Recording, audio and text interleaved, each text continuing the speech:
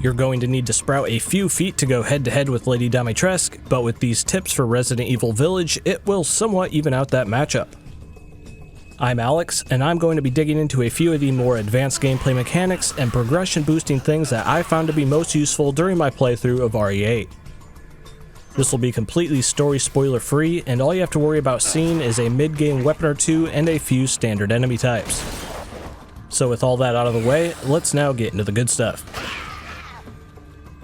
First, did you know that Ethan has magical feet, among the numerous other horrendous things kinda wrong with that guy? You don't take any damage whatsoever from your own landmines, making these much more useful during combat than you might initially assume. However, your pipe bomb throwing arm is somewhat wimpy, and you can take damage from those, so aim higher when throwing these so that you don't blast yourself. Next, your melee attacks with your knife can do 2 fairly quick swipes, but this has a large amount of animation lag in between being able to do it again. However, you can cancel the delay in between that stalled period by tapping the block button. Once you get the timing down, you can melee much faster by doing this, and on a controller, the rhythm goes right trigger, left bumper, right trigger, left bumper, and so on. This doesn't necessarily make the knife the go-to way to kill enemies, but does make it more useful in certain situations.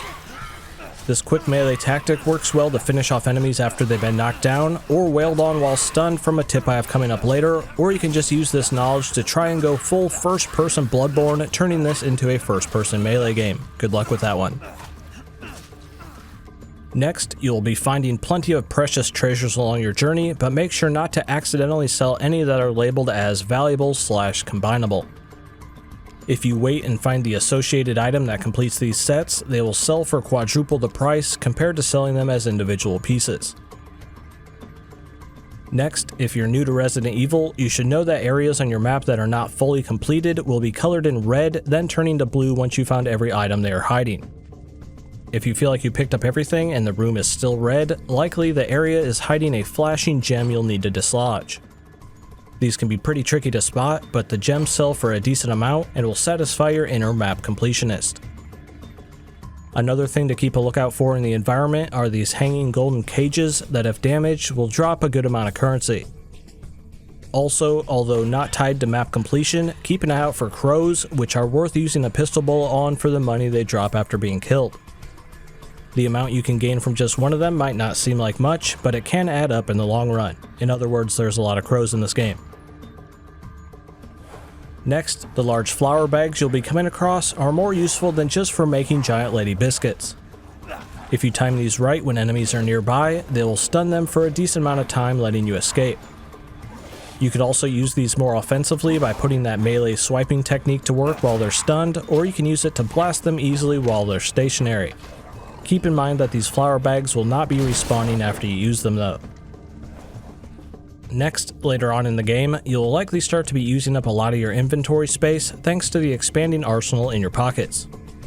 You will have some versions of guns that you'll likely fully replace with different models, and you don't have to worry about keeping the old ones on your person at all times. Selling your guns at the shop does not mean that they're being deleted into the video game void, and any gun you sell will then show up as rebuyable in the shop regardless of if you found it there or not. It will even maintain all of your installed attachments and leveled up attributes, but you will have to pay a bit more to get it back out. Lastly, slaughtering poor innocent animals is something you'll want to do as soon as possible as you come across them.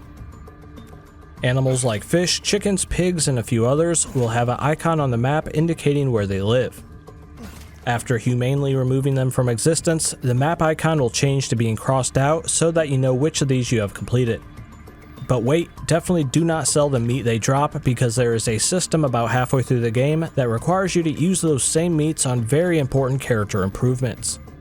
Hold on to every single one until then, and you'll thank me later for not selling them for petty cash.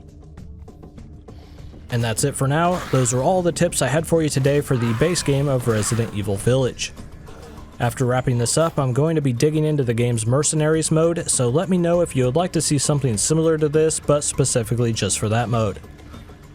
If you happen to enjoy this video, or my focus on unearthing fun and useful things you can do with a game's core gameplay mechanics, consider sticking around on the channel because that's what I do here. As always, this has been Alex from Boomstick Gaming, and thanks for watching.